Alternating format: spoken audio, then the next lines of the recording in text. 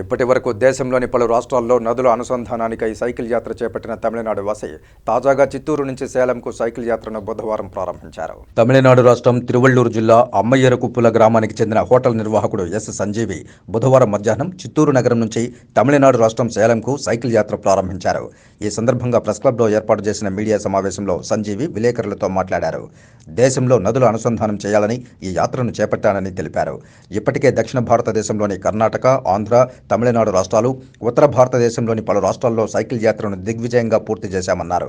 యాత్రలో భాగంగా అన్ని రాష్ట్రాల్లో ఉన్న నదులను అనుసంధానం చేసి వివిధ రాష్ట్రాల్లో ఉన్న సాగునీటి సమస్యను పరిష్కరించుకోవాలని సూచించారు.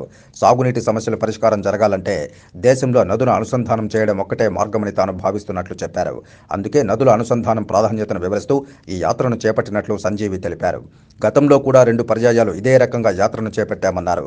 ప్రస్తుతం చిత్తూరు నుంచి సేలంకు సైకిల్ యాత్ర చేయడంలో ప్రధానంగా ఈ నెల 21వ తేదీన తమిళనాడు రాష్ట్రం సేలంలో డీఎంకే పార్టీ రాష్ట్ర సదస్సు జరగనుందని, ఈ సదస్సుకు ముఖ్యమంత్రి స్టాలిన్ రానున్నారని తెలిపారు.